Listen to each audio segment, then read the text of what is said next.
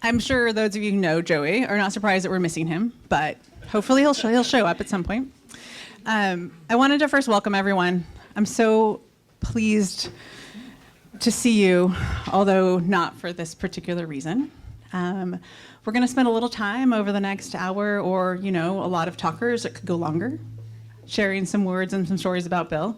And then afterwards, we want to invite you to come up or come over there, join us for food and drinks. There's a videographer that you can tell your stories to. We want to do the things that Bill loved and do them together with the people that he loved. So first, I want to introduce his brother, Scott, to kick us off. First of all, thank you to Aaron. Incredible amount of hard work. Thank you very much. And now, welcome to debate class. How many debaters do we have in the audience today? Any style, any level?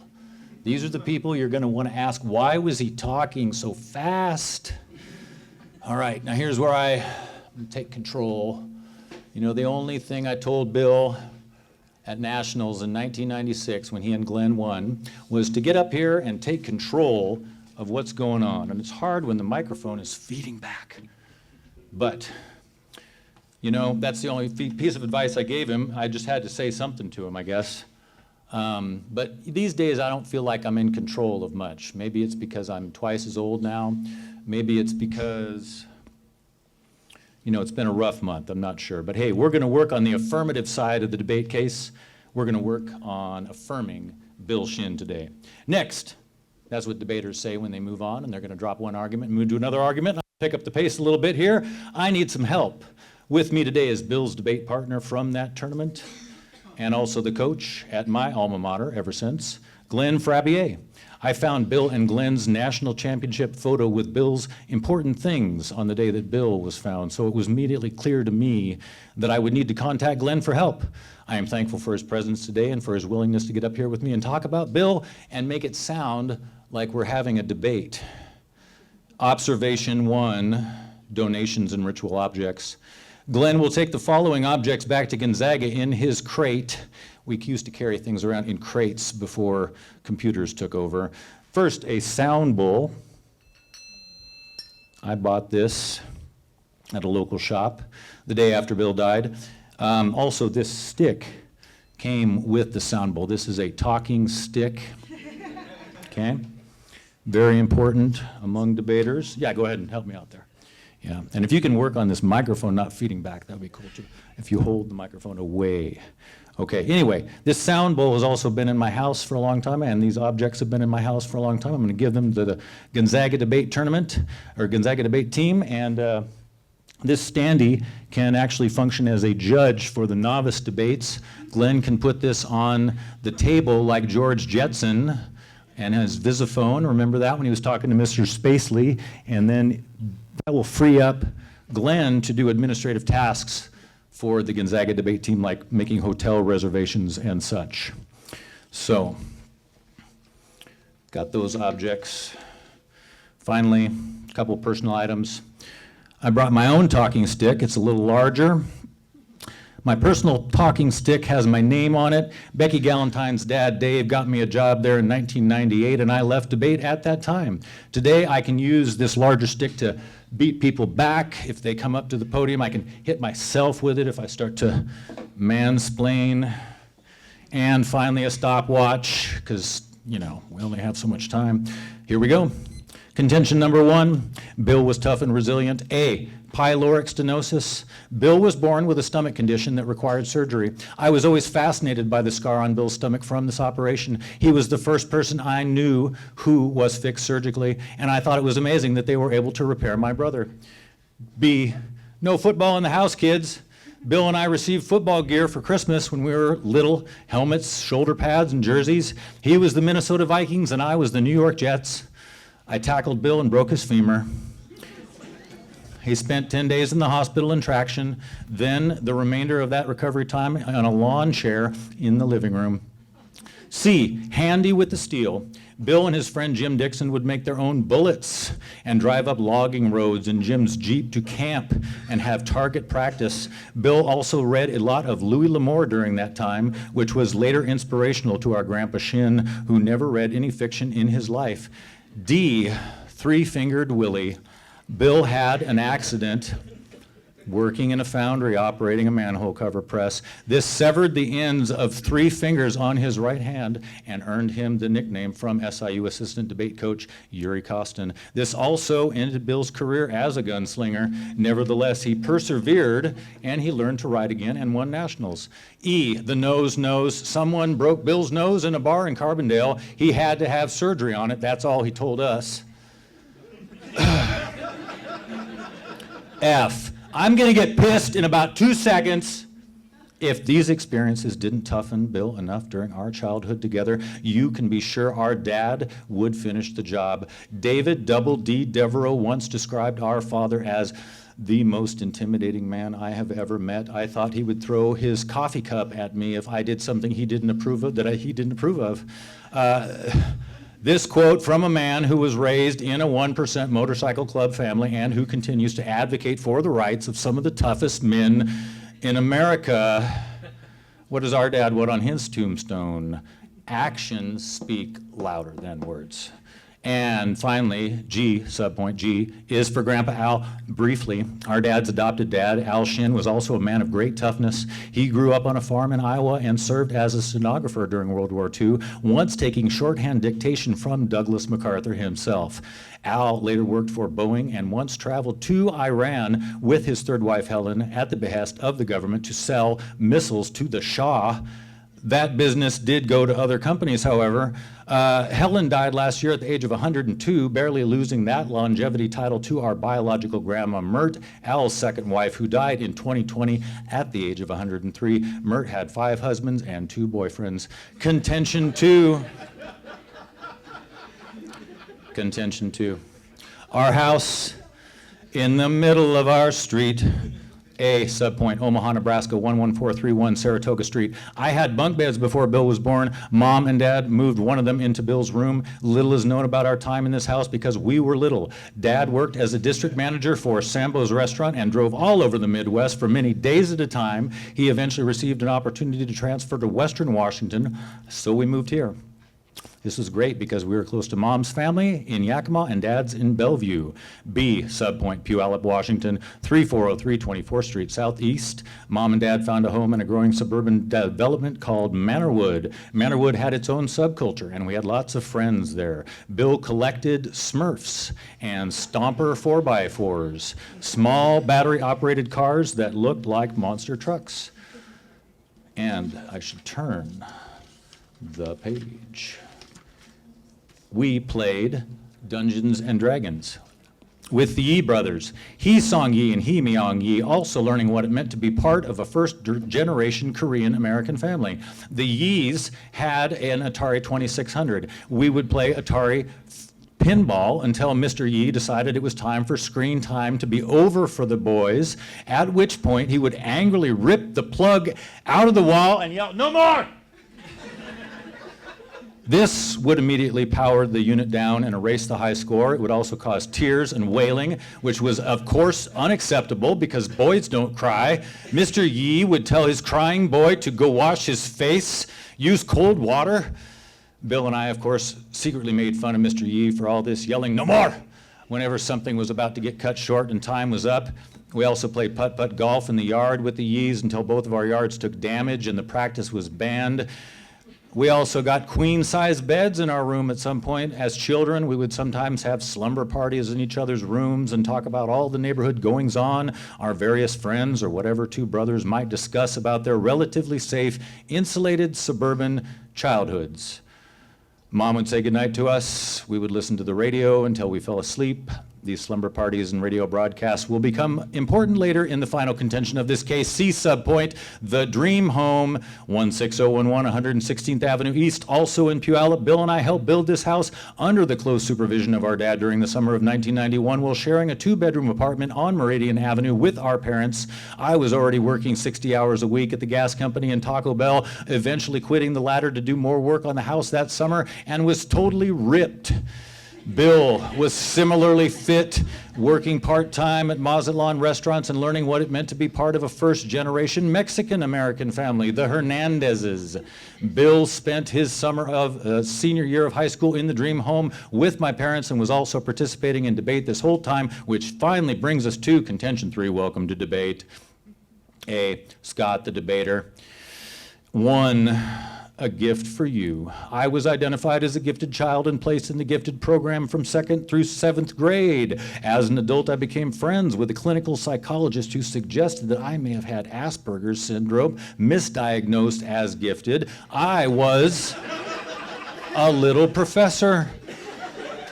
The point of this story is that I was taken out of the gifted program in 8th and 9th grade. This was difficult for me. Wrestling, track, skateboarding, guitar, and medical explorers were not enough. Hence, I joined the Rogers High School debate team, eventually becoming co-captain with Becky and enjoying my own career with the activity until I left in 1998 to write code for the rest of my life. 2, a master debater and a cunning linguist.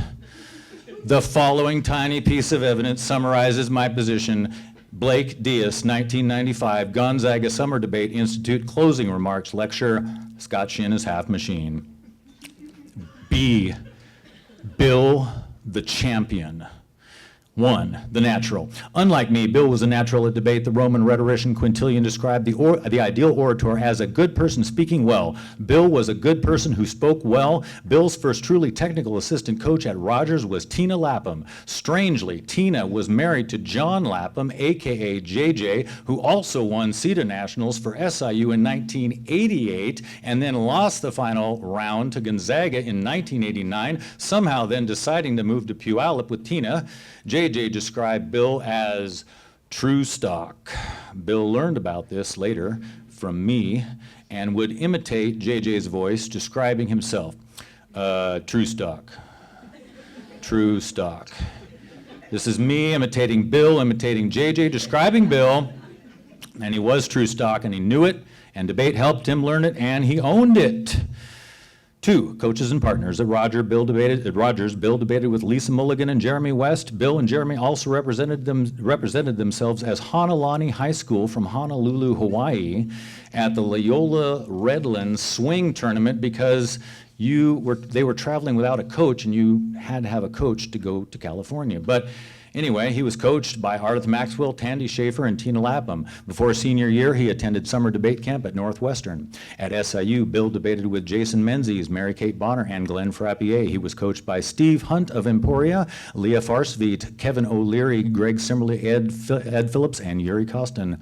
3, notable awards. In 1992, Bill and Jeremy placed 2nd in Washington State cross-examination and went to nationals in Fargo, North Dakota, where they went at least 6 rounds and won half of them. And of course, they won nationals in 1996 for SIU. Bill also won numerous local, regional, and national awards during debate during his 7-year career. And in the final analysis, all of our unclaimed trophies and plaques were left in the dream home when our parents sold it. 4, advantage. Where did Bill go from here? As I argued in my 1995 master's thesis, participation in high school debate yields statistically significant differences in critical thinking skills when compared to honors English class. As Becky argued in a speech that same year, which you can still watch on my website, 1 semester of debate involves the research equivalent of a master's thesis. Bill took all this academic training and competitive experience, packed it up into a tough outer shell, and went to work, raised a family. And you will hear all about this later from others, and not me, because I was just Bill's first debate coach. Contention last. 2 arguments you can win against Bill Shinn. I initially composed these as the core of the speech in a Facebook message to Glenn a few days after Bill was found. The entirety of this case has been leading up to these 2 points. I'm 10 minutes into this, and I'm doing all right.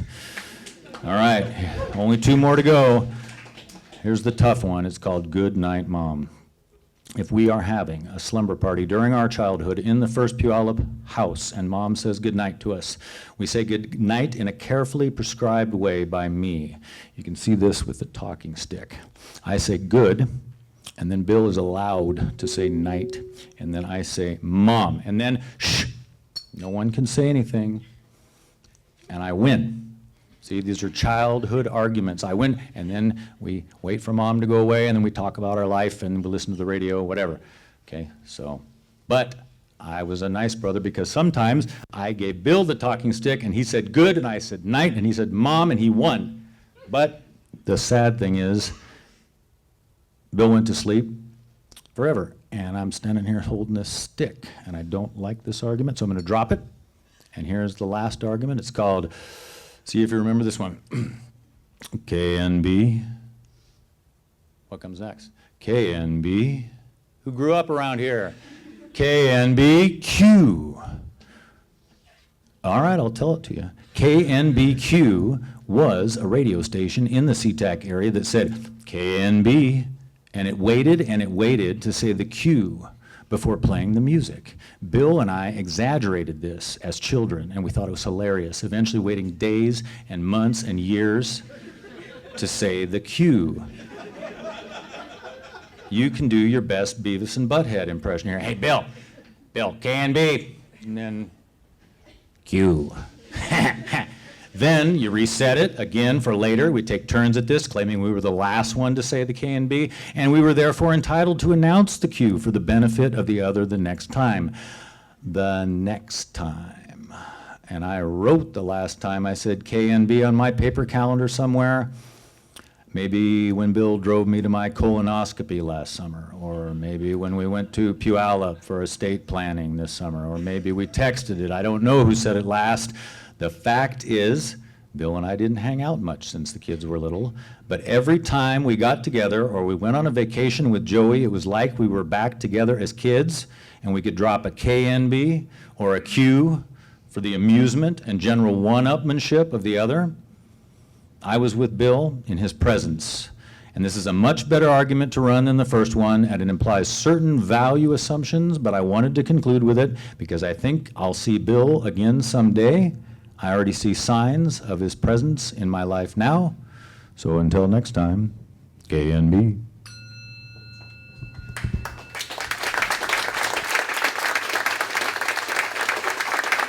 I want to obviously thank everybody for being here tonight, and certainly thanking Scott and the entire family for giving me the opportunity to speak. I will try to keep it short. Anyone who ever saw me as a debater knows I have trouble with word efficiency. So someone keep my time. I like it by halves. So just let me know where I'm at, and I'll kind of speed it along. You know, I knew this would come in handy. We don't use these anymore, actually, but we have phones and all that, but fair enough. You know, the older we get, we tend to lose more and more of our close friends and family as we kind of move along. And the loss of Bill hit me particularly hard, as I'm sure it did everybody here. And I'm really just grateful for the opportunity not only to say a few words about Bill tonight, but also to celebrate his life as one of the most impactful people that ever entered my life. And hopefully some of the things I say will illustrate that a little bit better. And if I choke up from time to time, that just happens. It's all right, maybe something in my eye or something, but I'll certainly get past it. It's also appropriate that I'm delivering my notes from a flow pad tonight. A lot of y'all might know this is a legal pad. In debate, we call this a flow pad. And that's because we take copious notes in a debate, and we call that flowing. Bill was never a very good flow, although he would deny that to his death if he was standing here now. But that's how Bill came into my life. I had a really close relationship with Bill from '94 to '96, and we've certainly stayed in touch over those years. But it was when I transferred to Southern Illinois University from the University of Houston, and Bill was already at Southern Illinois University, where he had been debating for a couple of years, that we first met. We kind of knew of each other from debate tournaments, you know, when I was debating at U of H and McNeese. I transferred a lot. And Bill when he was at Southern Illinois University. So we kind of knew who each other were, but we had really never met and hung out. And so when I transferred to SIU, I got the chance to meet Bill. And I remember one of the very first gatherings that we had pre-season. Bill and I got to talking, and it really didn't take long to figure out we were probably going to be debate partners. First of all, because we were probably the best two debaters on the team. You know, not to not stroke our egos, but it was probably true. All due respect, Jeremy West, who isn't here with us at the moment, I think. But also because we hit it off so well. There was just a chemistry there. We thought alike. We thought about debate quite the same. We liked to shake our fists at clouds and act like we were much older than we were at the time. He was kind of the grumpy uncle, I think, to a large degree on the team.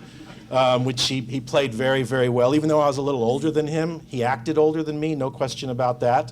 And so I just think we kind of hit it off. We knew there was a chemistry there, and we also knew that we really shared a lot of the same goals in debate. We both knew we had a little bit of talent. We had kind of nibbled success in college debate a little bit, and we really thought that if we kind of brought our talents together, the sky could be the limit, and we could really accomplish a lot of great things if we worked hard. And we ended up developing a pretty close friendship and debating that year. And I should also probably now issue a little bit of, I guess you could call it trigger warning maybe. I'm going to share some stories about Bill. Certainly nothing too off color, but since I certainly can't refute the things that Scott said, I think I'll probably give you a little bit of another side of Bill during the years that I was so close to him.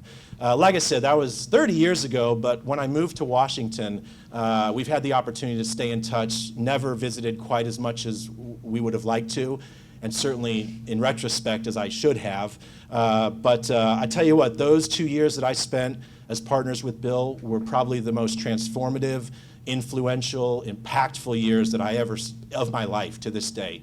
And I'll certainly be indebted to Bill forever for giving me those kind of opportunities.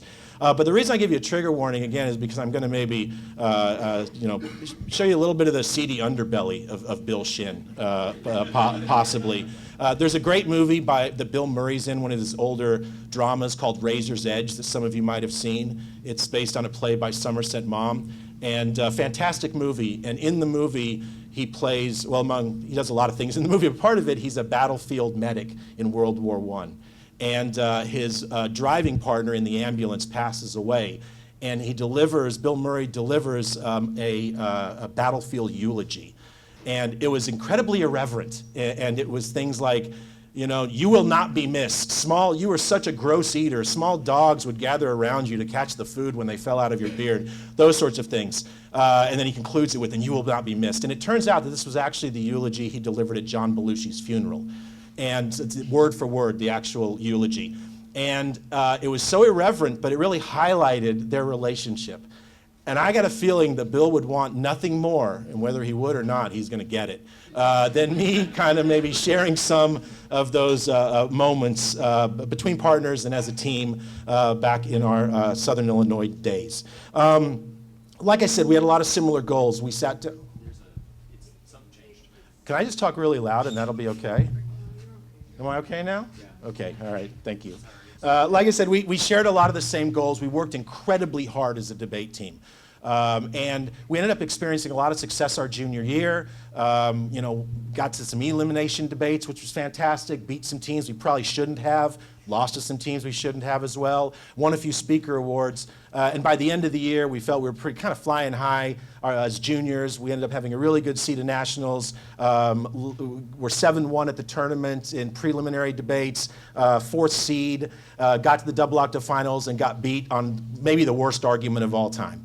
I won't go into the details there, but it had a lot to do with crime being really good for the economy, and we got caught. And so we ended up losing that debate, but it really fueled us, And so over the summer, Bill and I would spend a lot of times talking to each other. There were no such things as cell phones then. I'm sure maybe we had email, but we didn't know it, and so we didn't use it. So we were calling each other pretty regularly. Towards the end of the summer, Bill called me, and he said, I have something I need to tell you. And I'm like, oh my God, what's going on? Is this guy transferring or something?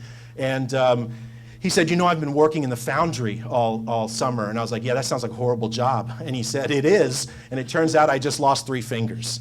And I was like, wow, okay. And so in that moment, there's a lot of things I could have said. I probably should have said, like, how you doing? Is there anything I can do for you? And all I could think to say was, can you still flow? Is this going to be a problem for us? And Bill kind of laughed, and he said, could I ever flow? And I was like, touche, Bill, And that's kind of one of those first moments when I really saw kind of Bill and his ability to make fun of himself. Can everyone hear me? Yeah, fuck yeah. Turn it off. Always someone. All right, I'm gonna do my best here. Okay. And so I went to our assistant coach Yuri, and I said, "Oh my gosh, you heard the news about Bill? He got his fingers cut off. Can you believe that?" And the first thing Yuri said was, "Can he still flow?" And I said, "I don't know. He says he can. We'll try and get through this," which was kind of our SIU mantra back then, was things will work out. We'll just kind of get through this. And we did. You know, he kind of learned to flow in this really weird way, and he would hold his fingers in a way I can't even imagine how he did it. But it ended up flowing pretty well. And so we went to our senior year, and we kind of, you know, started out really hot, and we had some really great wins early in the year. And we had a lot of great wins throughout the year. But we knew this thing was going to work, that we were partners, and the chemistry was there. And, you know, we worked really hard, and we were achieving our goals. And so we got to the spring semester, and we were probably like one of the top 5 teams in the country. We were really excited about that. And then we went to the Mardi Gras tournament. And let me tell you, anyone who says you should have a tournament, a debate tournament at Mardi Gras, it's either the most brilliant idea ever or the worst possible idea ever. I'm not really sure which one. And so we went, and there's actually someone here, Brian Milanazzo, who was there with us, actually. And anyways, we went down to Mardi Gras in the school van, because it was a different era, so, you know, don't judge us. We got down there, and again, we didn't have cell phones, so we said, you know what, let's meet up. Let's see, it's like 8 p.m. right now. Let's see, it's an hour drive back to Hammond, Louisiana, which is where the tournament was. Let's meet at 5 a.m. The first round's at 8. That should give us plenty of time to drive back from Mardi Gras, take a shower, get some coffee, and debate. So 5 a.m. comes around, and we're in a little bit of rough shape, but we had all split up because it's Mardi Gras, there's no cell phones, so our group got all separated. Bill never shows up at 5 a.m., right? And so we should have been really worried, but we weren't, because things are just going to work themselves out, you know? And so we're like, oh, he's fine, he probably got a ride back, and if he didn't, he can find his own way. He's a grown-up, kind of. And so we left. We went back to Hammond, Louisiana. We were at the hotel, we made it back. We're like, what's going to happen? I can't debate this morning by myself. What are we going to do? And so just as we were about to leave to the tournament, go up there and tell them we couldn't compete and we had to forfeit, the door to the hotel room swings open, and there's like sun coming in, and all I see is a silhouette. And it was the most decrepit, broke down silhouette I've ever seen in my entire life. But I could tell it was Bill, right? You could just kind of, okay, Bill, is that you? The silhouette didn't do justice to how much damage Bill had done to himself the night before. We flipped on the light, and his face was covered in blood. His clothes were all torn up. He couldn't talk. He couldn't make eye contact with us, I think because his eyes weren't working, not that he was shamed or anything like that. And we're like, oh my gosh, Bill. And so in that moment, we should have said things like, hey, what happened to you? Are you okay? What can we do for you? Do you need medical attention? And instead we said, get your ass in the van, Bill. We got to go debate in like 15 minutes. And so we get Bill in the van. We get to the tournament. And Bill, the first round we're debating, we're actually the top seed of the tournament, which is great. So we're like, oh, we're going to have a really easy debate. We didn't have an easy debate. We actually debated someone pretty good. And so we were affirmative, and Bill was the 2A, which means in every affirmative debate, he gave the last speech. And so I remember thinking to myself, there is no way I'm going to let this guy give the last speech in this debate. And so I said, Bill, I'm going to have you do the 1AR, which is another speech in debate, and I'll give the last speech.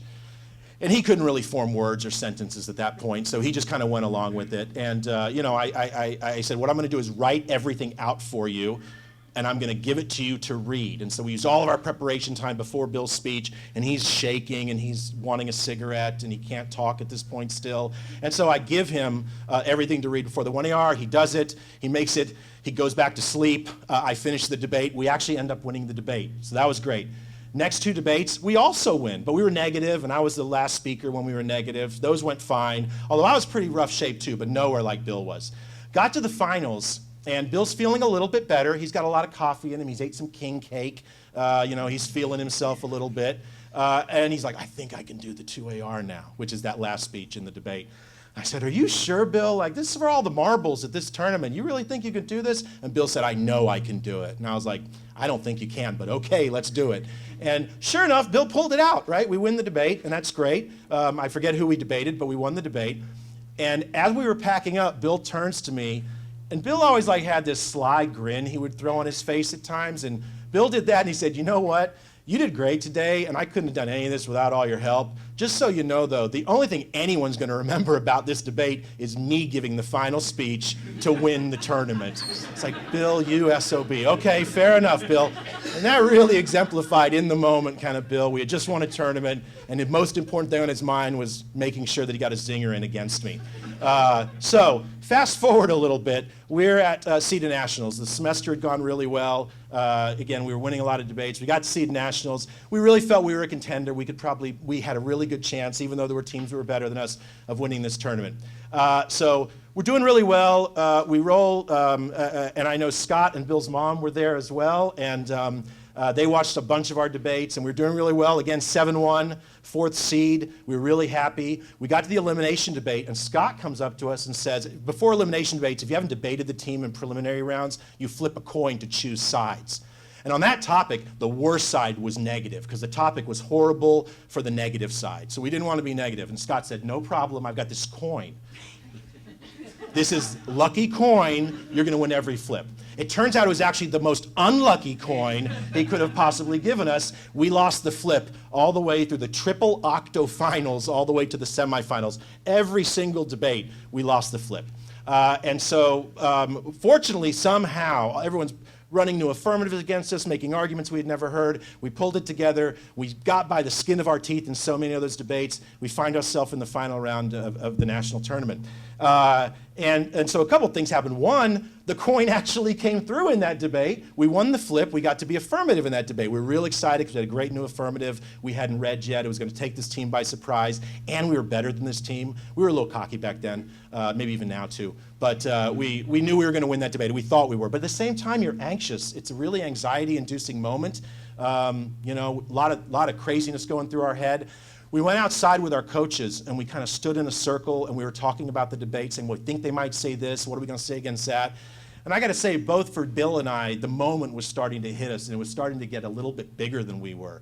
And that was a little bit of a concern. And we had one coach, this guy, Ed Phillips, who was like in his 60s, which back then felt real old. Now it doesn't feel nearly as old. Back then that felt old. And Ed was actually a retired executive from United Airlines who had gone back to school to get his PhD.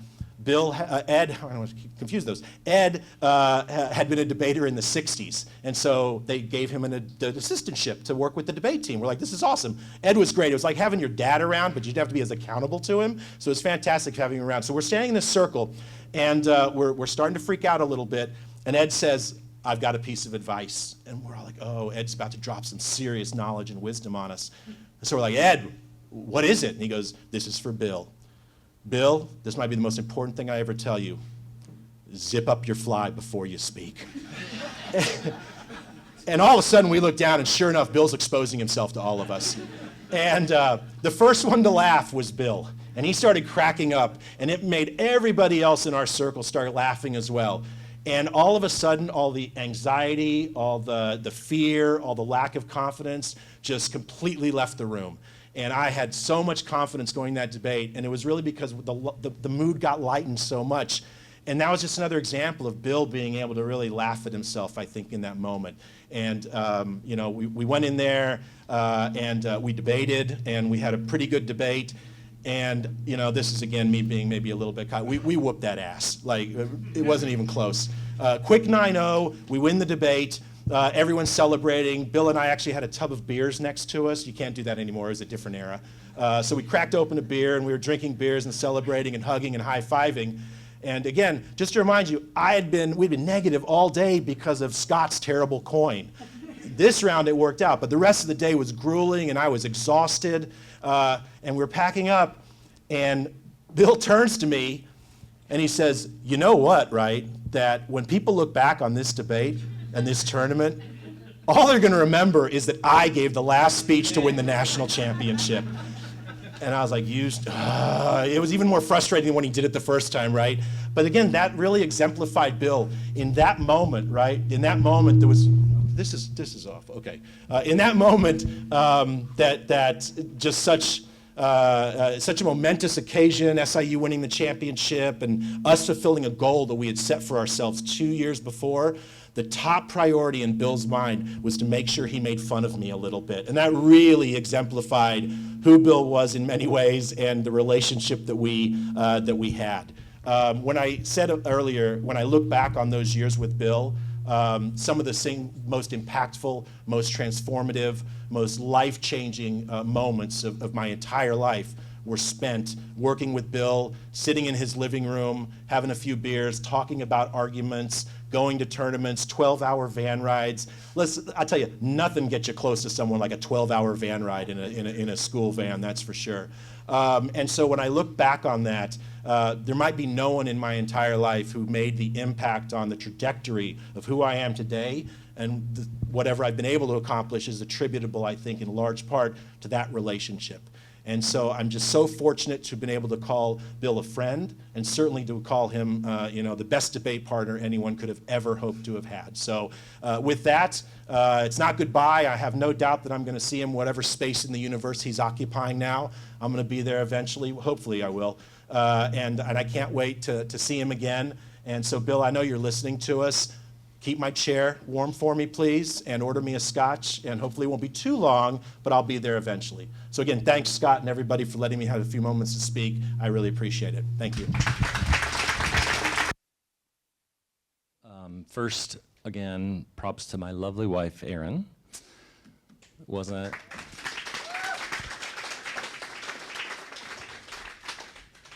I haven't really been managing very well. Sorry. I'm Joey. I love Bill. And I have not been managing very well. So my wife has been very helpful. My friends have been very helpful. Also props to Krista because you've been lovely. I would say that to every person in the room. I haven't met all of you, but I love you all too. So I appreciate getting the talking spoon. Scott had a stick. I got a spoon. We would make fun of each other. I'm kind of a chatter, and I would talk over him, and he would talk over me, and literally there were times where he was telling a story and I was telling a story at the same time, and I think I got most of them. Like, that's how that worked. So for a while I was worried I was gonna have to do a rebuttal to the arguments that were done at first, but I think some of that's been covered. I think Bill was a lovely person, and we're all here because of that. For me, though, I knew Bill for 32 years, and we talked about a lot of stories and things like that, and the way that my metaphor for life is that it's like a book, and my book wouldn't be nearly as cool if Bill wasn't in it. I want to remember to look at you guys too. Because when I moved to Seattle in 1993, I didn't really have a lot of friends. And Bill and Scott adopted me as their brother. And Donna is my mother from I messed that up, didn't I? I'm sorry. You know what I mean. I love you. And you guys. I have been part of the family for a long time, and it means a lot to me. So he didn't start in chapter 1, and I loved your speech, Scott. So for me, my story with Bill started when I moved here. We were kind of close in the beginning, had some fun times, and then over the years that grew. He lived equidistant from me to our favorite bar, the Dre. And it was the time of text, you old fart back there, Glenn. But we could text and be like, I'm going to the Dre, and we could leave and literally walk in at the same time. And it became so much of a habit, and other people joined us along the years, and we have Thursday, which you may have heard about, because it happens on Thursday at the Dre. I love it. And then through life experiences, he moved away a couple times, and then, you know, you probably had friends for a long time, and it's close, and then maybe not so close, and back again. So there might have been a couple of chapters that he wasn't in, but he was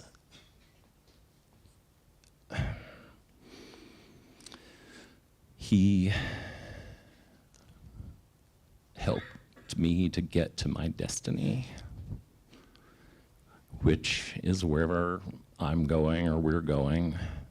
He always said how much he loved me and those of us who are around. I never saw him without him telling people that he loved them, and that is so unique in our world. And so he is my hero and my mentor, and my book would not be the same without him. He also, and I know we've been here a minute, so he also loved spy stuff. He loved slow horses. He loved James Bond. I need to watch Jason Bourne this weekend. And so we would joke with each other all the time about, like, I got a dead drop here and you got to pick this up. And we would have, like, we'd special code words, and we would meet, like, you know, what's the weather like in Bulgaria? It's like, well, I wouldn't know, mister. And things of this nature, right?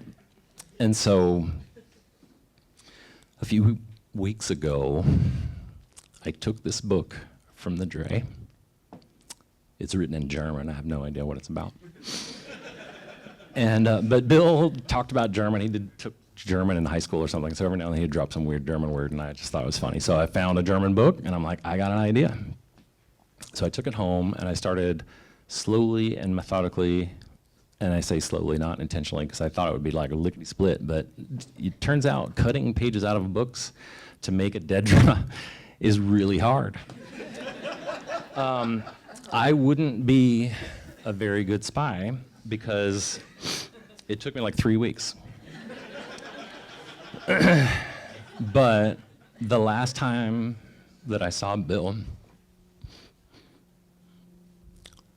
I was still working on it and hadn't finished. And so I was wanting to say, hey, check out the green book with the little working schmugger, whatever the hell it says, on the cover. And but I hadn't finished yet, so I took him to the side, and I'm like, I'm going to put a dead drop up here, and it's going to be there next week. And that was the day that I found him. So I finished my book, and I put a picture of Bill being silly inside. And this book lives at the Dre. So if you ever want to go and see Bill, or leave him a little note about how you miss him or something, this will be on the shelf. I hope I get a chance to talk to all of y'all tonight and give you a hug and tell you how much I love you.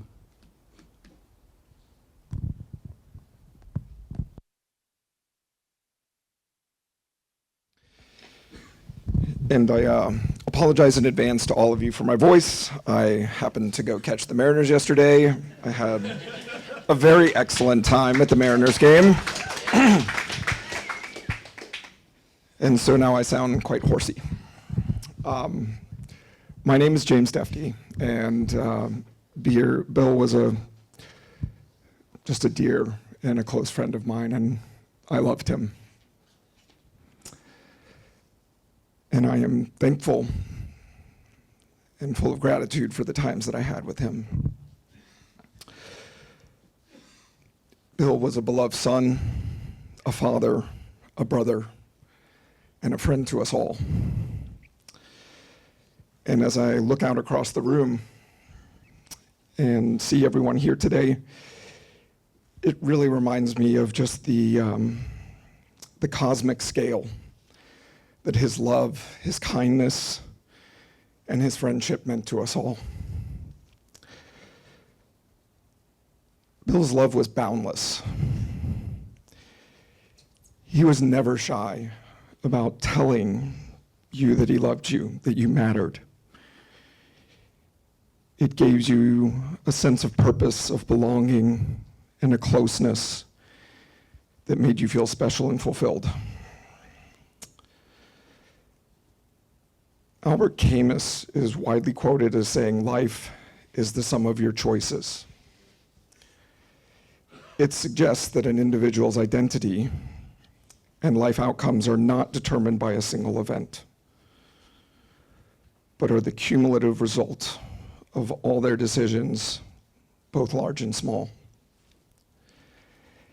And by that measure, in seeing all of you here today, Bill's life was full of remarkable accomplishments. None more important than the love that he shared, the relationships he nourished, and the lives that he impacted. We are all better for having the privilege to be considered a friend of Bill and to feel the warmth of his love. One of the things that I admired most about Bill was his ability to bring people together without ever making it about him. He was always focused on making everyone else feel comfortable, allowing you to be your true self. And he will be remembered fondly and missed dearly. As I walked around South Lake Union this morning, our hotel just happens to be on Terry Avenue. It took me back to where Bill and I first met and our friendship that began in 2012 at Amazon Web Services. Bill and many of the friends you see here today were all in the Blackfoot building on the 9th floor, or what we often called or referred to as Cloud 9 back in those days. Those early days at AWS provided us all with many fond memories and shared accomplishments. We all felt like we were part of a group that truly believed in what we were doing. And it's fair to say, and I don't think it is an exaggeration, that the things we did then has made an impact on the world that we live today. From what I can recall, my most important contribution at work was being the keg steward, which was a mission-critical role to ensure that everyone on the 9th floor that there was always beer on tap, and to keep our minds limber. In true AWS spirit, and in the spirit of innovation, Dougal, who is with us here today, invented the simple beer service, which tracked our beer consumption to ensure that we had a highly available beer supply with zero downtime. And as we grew, we could very easily track our rate of beer consumption, which was growing at an exponential rate to our success. So we were able to correlate beer consumption with revenue, which was a great argument for us. Bill and I also both love skiing. And we always looked forward to our annual, it's a term I coined, Ski-Board-a-Palooza, because I wanted it to be inclusive. We allowed snowboarders to come with us. But we always look forward to this trip. And I'd also like to recognize members of that crew who are here today. Bill started attending Ski-Board-a-Palooza about 4 years ago, so 5, thank you. Keep me on track. And we have people that have come from out of state just to honor Bill. And as many of you know, Bill has a tendency to be somewhat particular when it comes to travel planning. And what are we going to do? And what food are we going to eat? And every little idiosyncratic thing, which was frankly one of the things I love most. But Bill would graciously defer to me on these trips and often remark that he would, that I should open a business as planning ski trips, which sounded good, but Bill wasn't offering any compensation for this role. And so I had to respectfully decline. But Bill's contributions were frequently around meal preparation, ensuring we were all fed after a long day of skiing, that we were properly hydrated. and that we had some great tunes to listen to. Some of those things that I remember most fondly about Bill are just the idiosyncratic inside jokes. We often like to help each other make some good, bad decisions. I think Glenn perfectly highlighted a great example of making some good, bad decisions in the early days. We often joked, and we had some of us here are familiar with The Patriot, funny show, and we would often joke about breakfast as being the optimistic meal, the meal at the beginning of the day where anything was possible as you went out into the world. And in our frequent and often lively debates over pretty much anything or everything, we often resorted to a talking stick, which was Bill's idea, and now I know I have Scott to thank for this. So, but it ensured that we each got to say what we wanted to say without interrupting each other until it didn't, and then we just both started talking at the same time. And, in life, we all face challenges and difficult times. But Bill was always there to pick me up when I was feeling down on myself. He would often help me to reflect on the work I was doing.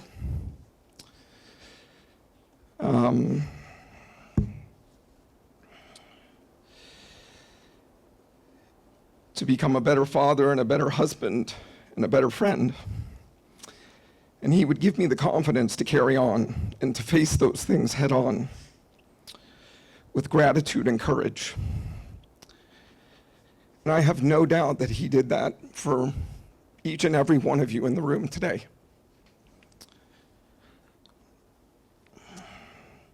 And it is just yet another example of the love that he showed, the kindness and understanding to us all. And so I can hear Bill's voice in my head right now, and he's definitely telling me to wrap it up with a pretty wry grin. And so I think I will leave you all with this. There is no doubt that we are all feeling the loss of our son, of our father, of our brother, and our friend Bill Shinn.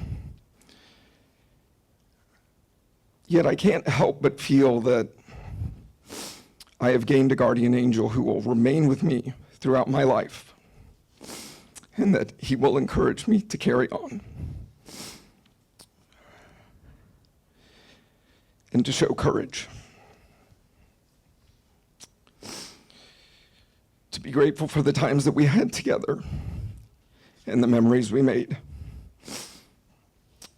and to honor his memory by sharing the immense love and empathy to those who are still with us. And in doing so, we will carry on his legacy of making the world a kinder and more loving place.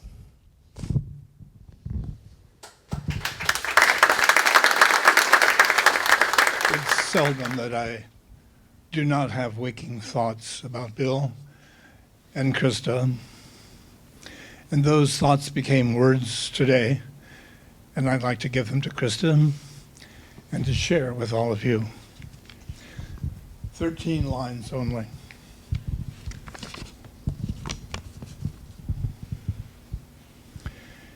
It was ordained, a bicycle built for two, one seat now, vacant, not making the journey easier. Memories of bumps in the road or a luminously smooth ride, punctured now and underlined in absence. Rain and gales, wind sweep the horizon. A poncho, a cloak of hope, of family and friends helps, affirms.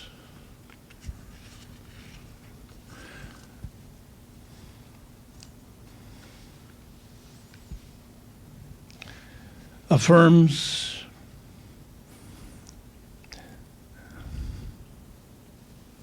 that an obscured sun doth shine with brightness, and warmth.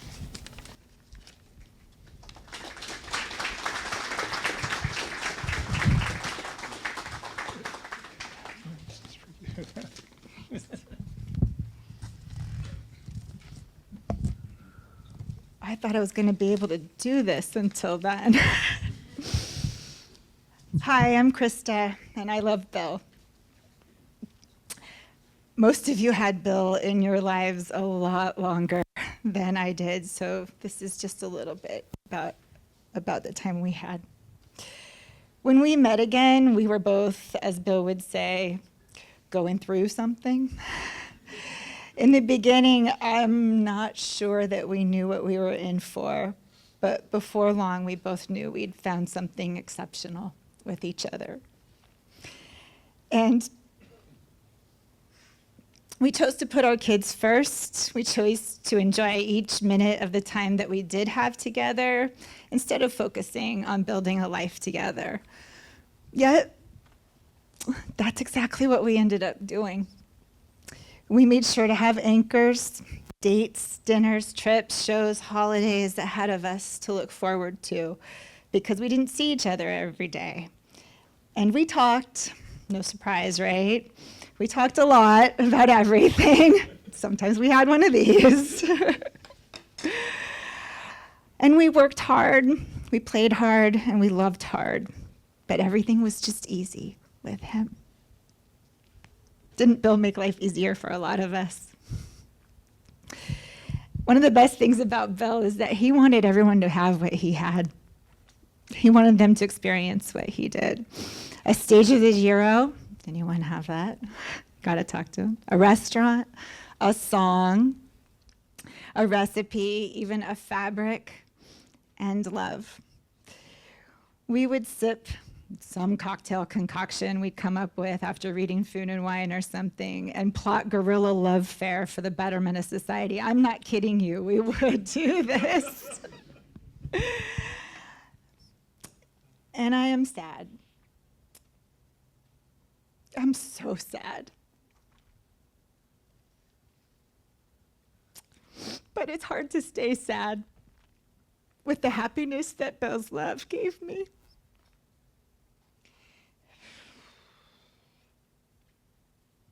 It's amazing to know that that kind of love is possible.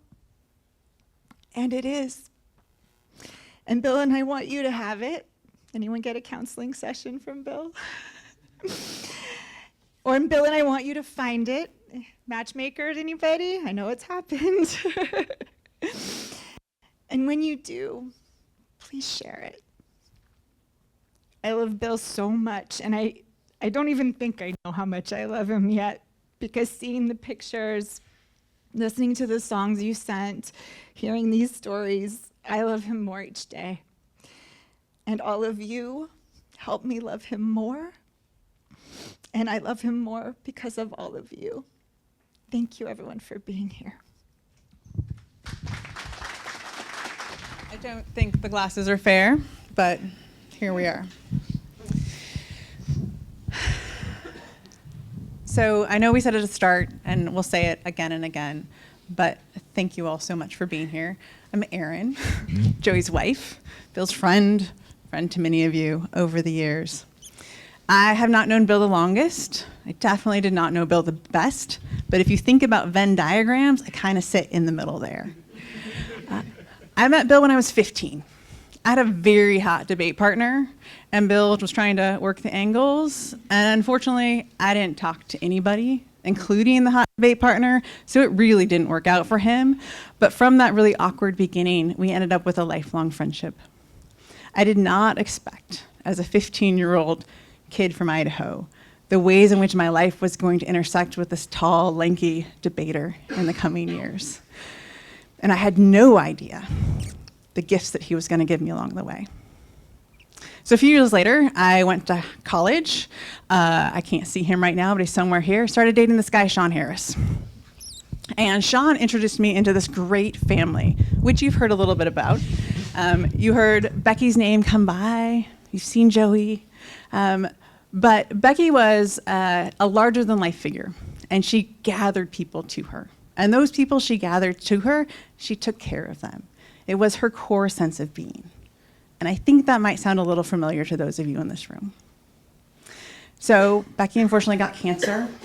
And in her last year of life here, she gathered all those people to her. And I was one of those people, and Bill was one of those people, and there are a number of you in this room that were here then. And we were there for this horrible, wonderful, brutal last year with Becky together. And I've tried so hard to find a picture of Becky and Bill together because, dude, I'm sure I have them, but you know life. I can't even find my wedding album right now. So there are no pictures, but what I did find was so many pictures of Bill sitting on the couch holding babies, a baby Jordan, a baby Brian, as we were there, grieving ahead of Becky's loss and then grieving after it. And what I felt for so long is that the people who were there together took part of that grief and it made us who we were when we grew up, but they also each took part of Becky's light and it became who they were in the world. And Bill got her heart. So Bill came to the world and he continued to gather his people, his villages, and he protected them and he provided for them and he gave them advice and he never really kept them on the straight and narrow, and that was definitely a Becky job that he did not pick up. But he lived that life for us. In the first weekend after his passing, when we gathered together to tell stories, Joe, who's also somewhere in this room, Joe Sullivan, told me something. And it's not my theology, and it may not be yours, but it's something that's reverberated with me throughout the coming weeks. He said, I have this vision that wherever they are, Bill walks up, sees Becky standing there. She opens her arms wide, and she says, dude, I have so much to tell you. And Bill walks into them. Now, my part of the story that I added for me is that Bill turns to her and says, don't worry, I took care of your people. Because he did. And one of those people is Joey. You heard a little bit about their friendship. He says it started slow. Honestly, if you hear the stories, it's like love at first sight. I honestly, when you hear stories about what they were going to do, I know I was supposed to be part of it, but I don't think I was really needed. They were going to be happy living their old man life together, and maybe Krista and I would get to be part of it. Maybe they would just talk their stories at each other the entire time. So, one of the things that happened with Bill, not with all of us, some of us took a lot longer to grow up after Becky passed away. Some of us, like Bill, ran it all the way into it. And so a year after that, Isabel arrived. And then 6 years, Emmett arrived. And in his children, Bill found his heart. He found his center. He loved being a dad. And for years, we would harass him so much because you would say, hey, Bill, you want to go for a beer? You want to go for a bike ride? I would never go for a bike ride, but whatever. People did that. You want to just hang out. And frequently he would say, no, I love my family. I'd be like, dude, do you think I don't love my family? But he did. That was his core defining part of who he was being there with his kids. He loved to get them up in the morning and sit by their bed when they went to sleep at night. He fed their brains. He fed their bodies. He fed their passions.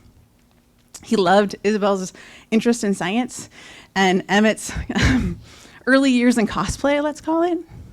And as he got older, and he complained to a lot of us about what it was like to have adult children, there was always a level of humble brag there. And you see Emmett today, and you're like, yeah, you complain about him, but you are so excited that he is who he is. And he was so happy that Isabel was who she was. And so Bill got to live that part of his life. The second thing he loved was his community. And we talked about this a little bit. You heard about his debate community. You've heard about kind of the people that are bringing you together, a little bit about Amazon, a little bit about Thursday. So about 18 years or so, I know this because it was when Jack was born. There's a group of guys who decided that we need to get together. And we all know now that, because the New York Times told us this, that people who get together weekly and gather with friends and eat good food and share their experiences live a happier, healthier life. And so these guys, not knowing this, still adopted that. And really, it was because they all had small children and they wanted an excuse to leave the house. But we're just going to go with the fact they knew what a good life was. And a good life was one that you lived with your close friends. And so every Thursday at the Dre, Thursday came about. Science. And I've joked for many years that I can't leave my small Ballard house because I have to live within a mile of the drag. And that's unfortunately actually true. But the real truth there is not that I can't live a mile from the drag, is that Joey couldn't live a mile from Bill. And so although Bill left and came back, and there was this kind of circle that he went through, but if you drew the circles of his life, he ended up a mile apart from each other. Because what they really wanted was that connection where they could stumble home, maybe pee in some yards. I do not know that for sure. But they would have that time together every week. Thursday was never something you had to do every week. It was just a moment that you knew if you needed to go talk to a friend, if you needed some advice, if you needed to just talk about saber-tooth cat hunting, whatever. I don't remember the words. There was always somebody going to be there for you. And I think they lived that. And then over time, Bill opened up the rest of his community for us as well. And so Bill and Krista threw amazing holiday parties where all of his little villages would come together and we would get to share. And Bill would have all of his friends look baller. He would also look baller. But the best part of his parties for Bill was just seeing how great all of his friends looked when he got dressed up and then to feed us. In fact, you will see the food we have a little bit later, we will have the little pig in a blanket. Thank you. Couldn't remember that. Little pigs in the blanket, because although there was really fancy food at these feasts, you know there's also always going to be pigs in the blanket, and they were the best, and they all got eaten. So he would always bring his people together, his various villages. And in those villages, there's always some story that you hear. Even tonight, I met Austin, who came in from, let's say, an M state. I'm going to say Minnesota. We could call it Michigan. I don't really know. Because Bill mentored him and connected him. And Bill continued to do that for all of us throughout the years. And it was kind of an amazing thing. And then, I don't really remember where I was going to go. I didn't put my glasses on my face. Yeah. So my time with Bill over the last few years was really chatting over beers, right? We'd switched roles. All of a sudden, I was the one who was saying, no, I can't do that because I love my family. But in all honesty, he was right. There's nothing better in my life than hanging out with Dari and Sabine. And so like Bill, with Evan and Isabel, and Evan up until the last day before he went to school, back to school, and Bill was like, I can't today. I got to hang out with Evan. I understood that deep in my soul. So Bill and I would get together, talk over beers, and though Krista over there, Joey over there, and all the rest of you talked so much, he also talked a lot. But when we talked, our talks were always about the what ifs. What if we? Because right now, I can't do it. I got kids at home. But our what if we? What if we actually took that trip to follow the tour that we talked about doing, but we had to cancel because of COVID? What if we actually went on that ski trip that we couldn't do because of Joey's heart problems? What if we rented a villa in Mexico with a chef? Maybe not the year I lose my job. But what if we had the immediates of the what if we could do? And then there were the future ones. And many of you have probably had this conversation. What if we could have little houses next to each other when we grow old? What if we could gather those who Bill loved best in our little houses, or maybe an apartment building, or maybe a large house, or maybe, we're going to do little houses again. And in those little houses, we would go get up in the morning and we walk over to Jeff and Lobby's for coffee because Jeff makes a killer cup of coffee. And when it was afternoon, we would walk over to Krista and Bill's and have a cocktail, because Bill makes a killer cocktail. And you know there was going to be another house or two for our kids, because while we didn't want them in our space, we wanted them to be able to come, and maybe, if we're really lucky, a grandkid or two, fingers crossed. What if we could take, not the mile from the dray, but maybe we could put that down to feet, so that Bill could have the people that he loved most in the world close to him. And that is a dream that I'm so sad that we're losing right now. Because it's a perfect dream, right? In the last few years, once the kids kind of went to school and Bill made his way in the world, he was lonely. And he was larger than life, and he was the bestest friend. But he also had nights in a big house where all he wanted was a kid to make dinner for, a Krista to snuggle with a couch in, a Joey to shoot the shit with. Just that other person to connect to. And so we had our dream, our future dream. I know there were other stories I wanted to tell. There were funnier stories, but again, glasses, I'm not going to look. But where I'm standing today is realizing the gift that I had in having somebody who knew me from when I was 15 to 49, and having somebody who witnessed my life and whose life I got to witness. I got to go to his wedding. He got to come to mine. When Isabel was born and he asked Joey for socks, I got to come along for the ride. When our twins were born and stuck in the hospital, Bill showed up with socks. We packed them, we'd learned the lesson, but we still got extra socks. Throughout that 15 to 49 years, I was incredibly lucky to have a friend that I got to stand next to. And while I think that Bill found in Krista a version of his best friend, and Krista totally disagreed with me until very recently when they were literally doing the exact same thing, I do know that my loss is not yours, and it's not yours, it's not yours, it's not yours. It is a much smaller loss. But I'm bereft, and I miss my friend. And so, as we move to the next phase of tonight, which is going to be Bill's favorite part, right? We're going to drink, we're going to tell stories. There's a videographer, you should tell stories, and ideally some funny ones because I can't do that right now. You're going to tell some stories, we're going to eat some good food. As we do that, my hope for you is that you look around and you see a bunch of people that love Bill as much as you did, and a bunch of people who probably even loved him more. And that as we stand here together in this beautiful place and we look at water and we recognize instead that the most beautiful part are the people inside. This loss is tremendous, and I still don't have the words. But I'm so glad to be able to share that with you tonight, and I can't wait to see and hear more of the stories about what brought you here today. So with that, thank you for coming. Please eat, please drink, please tell stories. If you want to dance, we could probably make that happen. And yes, like Joey said, he loves every one of you. I'm going to say maybe 75%. We'll see if the other 25% comes along. Thank you for being here.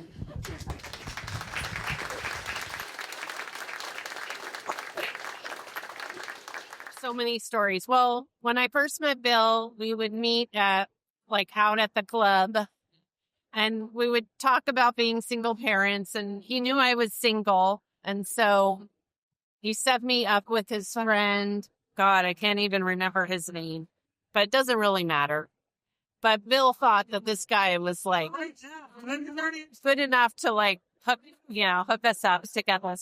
We went out on one date, and it wasn't a match, but it was just so sweet, thoughtful that he thought to set me up on a blind date. And it was like little gestures of generosity that he would do. That was one.